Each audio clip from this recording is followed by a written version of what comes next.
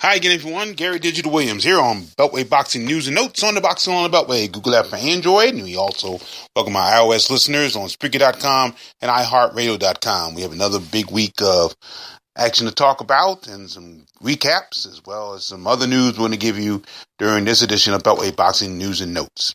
And that's brought to you by Real-Time Pain Relief, from boxers to ballerinas, for shoulder pain and muscle strain and everything between. Boxing Along the Beltway recommends Real-Time Pain Relief, the natural, plant-based, safe, fast, and effective ointment. If you go to freepainoffer.com, buy $10 worth of Real-Time Pain Relief, you get a free $10 tube of Real-Time Pain Relief. Rub it on, the pain is gone in real time. And by DeborahSpears.com, where you can get that outstanding boxing pendant that she has available. And if you make your first purchase on DeborahSpears.com, you can get 20% off that purchase, and shipping is free. And in about another couple weeks or so, we'll to tell you about some new ventures that Deborah Spears is involved with, and we'll give you those right here on the Beltway Boxing News and Notes. Right now, you get that great jewelry by going to Deborah, Debra Spears.com. We start off our podcast this week with three boxers that were in Atlantic City over the past weekend, and unfortunately, we're only 1 for 3 in those events, so we'll tell you that. But we start off with the good news of the weekend. That was the performance of Bowie, Maryland super lightweight Greg the Sharpshooter Outlaw, and he remained undefeated with a second round TKO over Daniel Danny Boy Murray of Lenoka Harbor, New Jersey. Now, I had a chance to actually see this bout on sportslive.com, and they had the legend, the Hall of Fame duo of Barry Tompkins and Steve Farhood calling the action for this.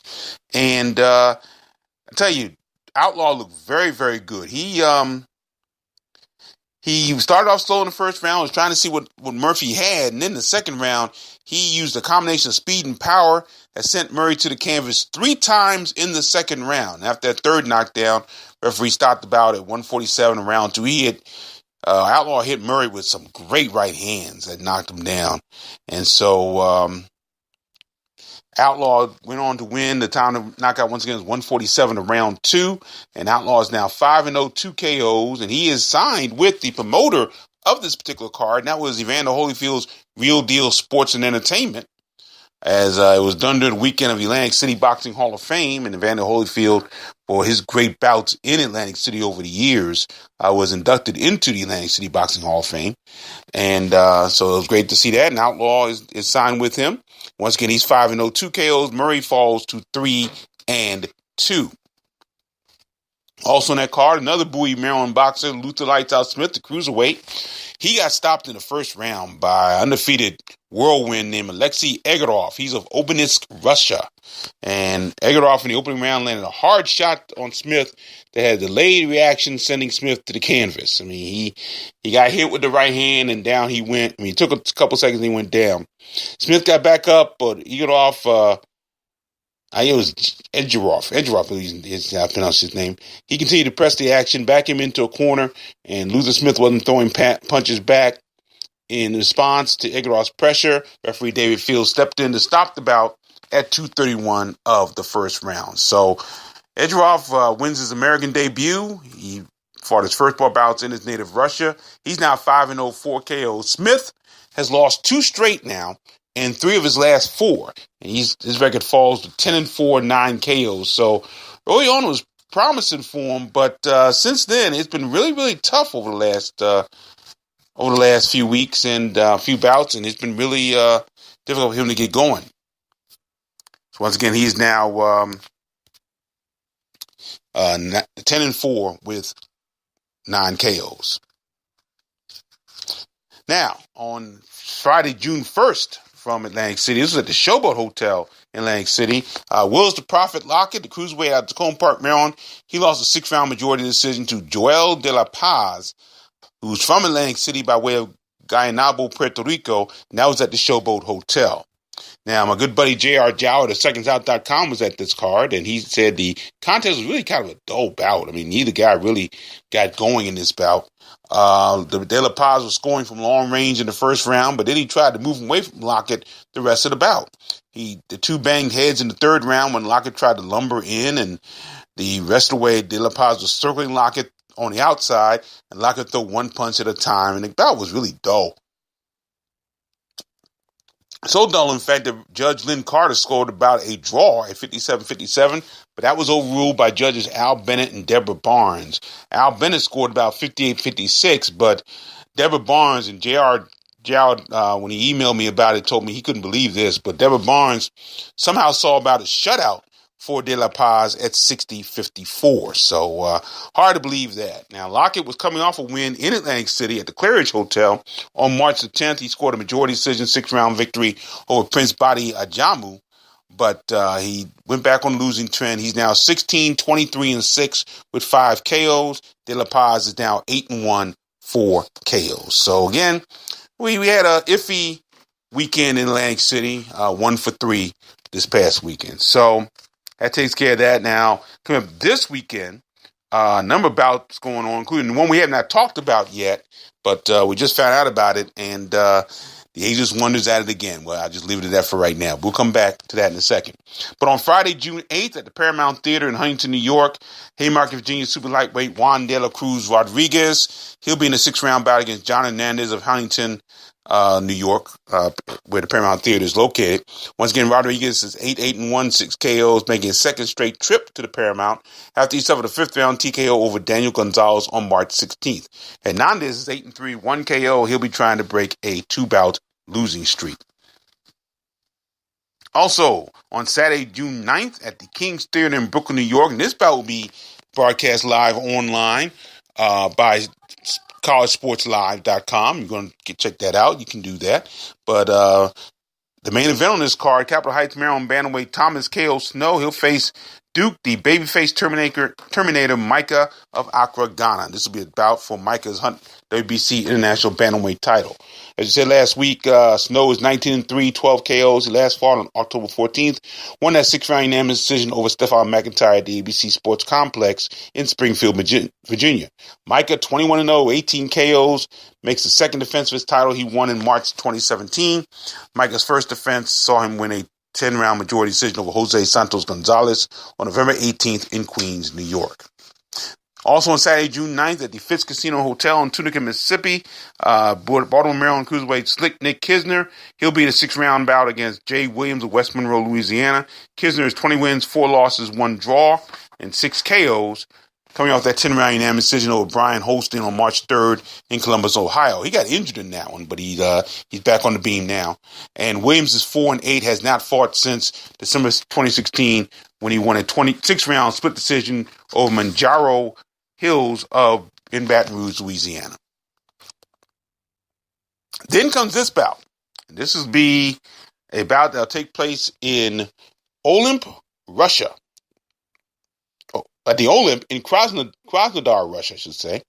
This will be on Saturday, June 9th as well. And this is the Ageless Wonder, former WBO super lightweight champion DeMarcus Chop Chop Corley, who'll be in his 82nd professional bout. He's 51-29-1 with, I believe, 26 KOs. And he will take on a guy by the name of Aik Shaknazaran. Yes, Aik Shaknazaran. Yes, that's about as close as I'm going to get right now. And he is from Samara, Russia, by way of Armenia. And this bout will be a 12-round bout for the interim WBA Asia super lightweight title. So Corey going back after fighting for a number of years recently as a lightweight. Excuse me. Corey's going to go back for super lightweight for this bout, and a bout he's scheduled to have in July in a rematch against former WBA super lightweight champion Vicious Vivian Harris in Memphis, Tennessee. That'll be in July. But this bout will be for the super lightweight title. Corley last fought on April 7th in Lagos, Nigeria. He won the German version of the W lightweight title. Won a 12-round unanimous decision in that bout. Now he takes on Shaknazaran, who last fought on March 24th and won a 3rd-round TKO over Jabba Shalutashvili. That's about as close as going to get. Jabba Shalutashvili, something like that. And that was at the Basket Hall in Krasnodar, Russia. And he has won a number of regional titles. He's won the WBC International Super Lightweight title, He's also won the youth super lightweight title, the silver super lightweight title, WC silver super lightweight title, as well as WO European super lightweight title, and the World Boxing Council Baltic super lightweight title. Those are just some of the wins that Aik Shaknazaran has won over his career. Once again, 21-2, 11 KOs. Like I said, June 9th, that'll be in Krasnodar, Russia. So best wishes to DeMarcus Chop Chop Corey.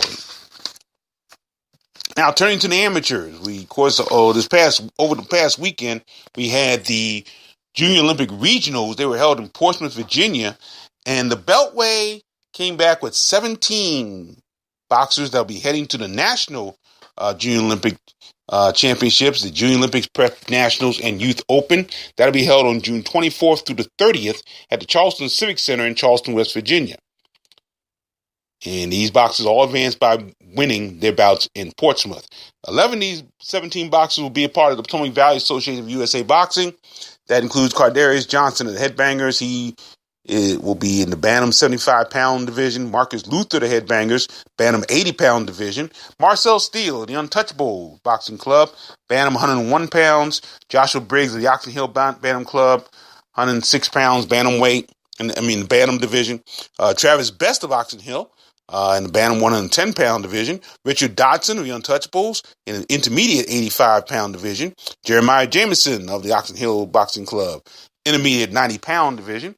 In the intermediate 114-pound division, Kalik Harrison of the Warriors be a part of that. Junior 95-pound division, Jordan Roach, the younger brother of Lamont Roach Jr. from No Excuse Boxing Gym. Keith Burrows of Oxon Hill at junior 101 pounds. And Jamal Harvey at Oxon Hill, junior 114 pounds. So the Oxon Hill Boxing Club will send 5 boxers to the Nationals.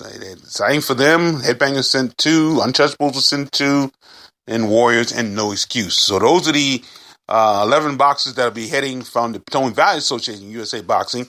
Meanwhile, the South Atlantic Association USA Boxing will send 6, although 2 of them used to compete for Potomac Valley. They now compete out of Baltimore. Dante Daly Jr. out of Charm City, Bantam 114 pounds. One of the ones we're talking about who used to be in D.C., Damari Filson. He's now at the Upton Boxing Gym, intermediate 101 pounds.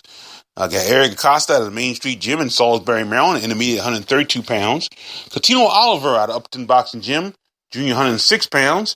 Muhammad Robinson of the G Up Nation Charm City Boxing Clubs, junior 110 pounds. And the other boxer used to be in D.C., now competing out of Baltimore and then the Upton Boxing Gym as well. That's Stacy Selby, who's a junior at 138 pounds. So best wishes to all our Beltway amateurs, once again competing in the Junior Olympic Prep Nationals and Youth Open. That'll be held on June 24th through the 30th at the Charleston Civic Center in Charleston, West Virginia. We'll try to keep you posted on that as best we can. Now, we close tonight with an interesting story and actually part of this story really has possible bearings on what will take place. I should say the outcome of what will take place will be June 9th. And that could bring some big dividends as part of this story here.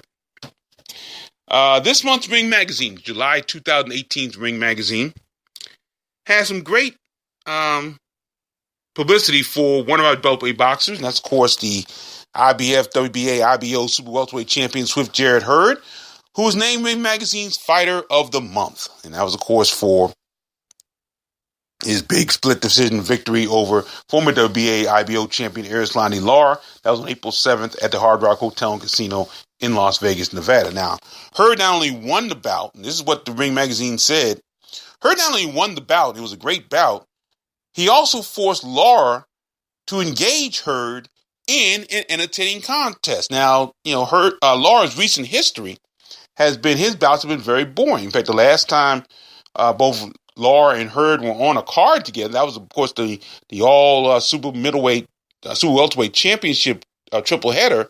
And after Hurd had his great bout against Austin Trout that night, Lara fought his bout against against, I'm trying to remember who he fought against, but he fought his bout, and people started walking out. The bout was horrible. That's because Lara has a reputation of being a very boring fighter, and he was that particular night in October. But in this particular bout, Lara was on his game. He was an outstanding boxer in this contest, and again, it was a great bout. And of course, took that 12th round knockdown near the end of the 12th round. They basically gave Hurd the victory in that contest. The bout right now is a Fight of the Year candidate, no question about that. Now, Hurd's victory also in the rings rankings elevated him to the number one position in that rankings. Now, the championship level is vacant, which kind of leads me into what I'm going to be talking about in a second. But I'll get to it in a second. Showtime boxing host Brian Custer was also interviewed in that same July issue, and he listed Hurd as one of his favorite current boxers to watch, and the 12th round of Hurd Lara was one of his favorite current rounds. Now, let's get back to this a little bit. As I said, Hurd is ranked number one now by the Ring Magazine and Super Welterweight. Of course, June 9th coming up, this coming Saturday, June 9th, the big doubleheader. And this doubleheader really kind of affects not only Jarrett Hurd, but another Beltway boxer in Gary Russell Jr., WBC featherweight champion. Here's why. One of the bouts on the card is, of course, Jermell Charlo defending his title against his WBC super welterweight title against former world champion Austin Trout. On the same card is the rematch between Abner Mares and Leo Santa Cruz. In the featherweight rankings of the ring, Santa Cruz is ranked ahead of Russell. Santa Cruz is 1, Russell is 2. I said before, Hurd is ranked number 1. I believe Charlo is ranked number 2. And actually, Lara is now ranked number 3. If Charlo and Santa Cruz win these bouts, there could be some mega paydays for both Russell and Hurd if they can get the next shots at both Santa Cruz and Charlo. That's where I'm going with this, because this could mean some major paydays for two of our Beltway boxers. And again, neither bout is a gimme for any boxer in the bouts on June 9th. I'm very interested to see this take place at the Staples Center in Los Angeles, California. So I don't, neither bout's a gimme. Everybody's saying if the right Austin Trout shows up, Jermell Charlo could be beaten. And who knows what's going to happen between Leo Santa Cruz and Abner Mares. It's going to be a good doubleheader, no question about that. But it'll be interesting to see what happens there, because, the next steps, hopefully, will be unification bouts against Gary Russell Jr. for the featherweight and Charlo against Jarrett Hurd in the super welterweight division. So we can only hope.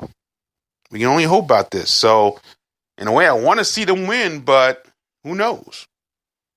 I want to see Charlo and Santa Cruz win these bouts because they'll get big paydays. If not, then everything's kind of shot all out of whack.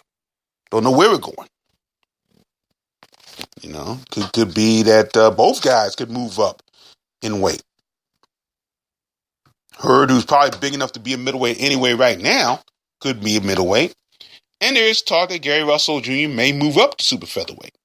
Super featherweight, where, again, as I said last week, there has been some rumblings about he and Gervonta Davis getting together. So, who knows? And I think that what's going to happen on June 9th in Los Angeles is going to answer a lot of questions going forward. So, we'll see what happens there. Don't forget also, and next week we'll talk more about this next week. This will be the big card at the Gardens Ice House in Laurel, Maryland. And that'll be Jerome Quigley going after the USBA and the WBC USNBC super welterweight titles when he takes on Raymond Tito Serrano. And that'll be at the Gardens Ice House in Laurel, Maryland. We haven't had a lot of updates on that. Hopefully get those in the next week or so. And don't forget also June 22nd and that's Tori Nelson against Christina Hammer in Detroit, Michigan.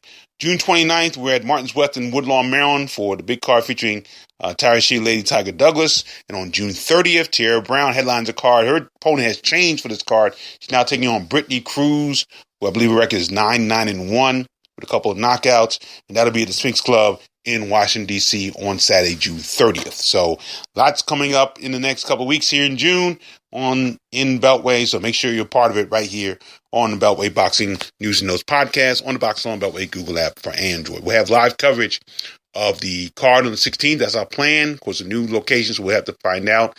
Definitely have live coverage of the show on the 29th at Martins West in Woodlawn, Maryland. We will not have live coverage, unfortunately, of the card at the Sphinx Club. The Wi-Fi is just not that good.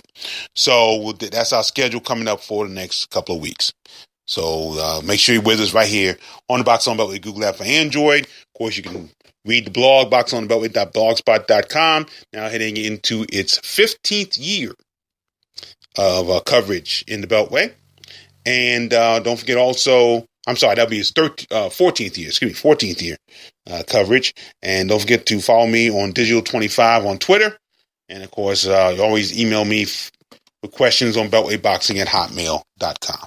That'll do it here for another edition of Beltway Boxing News and Notes. Remember, Beltway Boxing News and Notes brought to you by Real Time Pain Relief. You get a free $10 tube by going to www.freepainoffer.com. And you can get a free $10 tube by purchasing $10 or more on freepainoffer.com for real-time pain relief. Rub it on. The pain is gone in real time. And don't forget, go to DeborahSpears.com for great jewelry that you can get, including a great boxing pendant at Deborah, Debra Spears.com.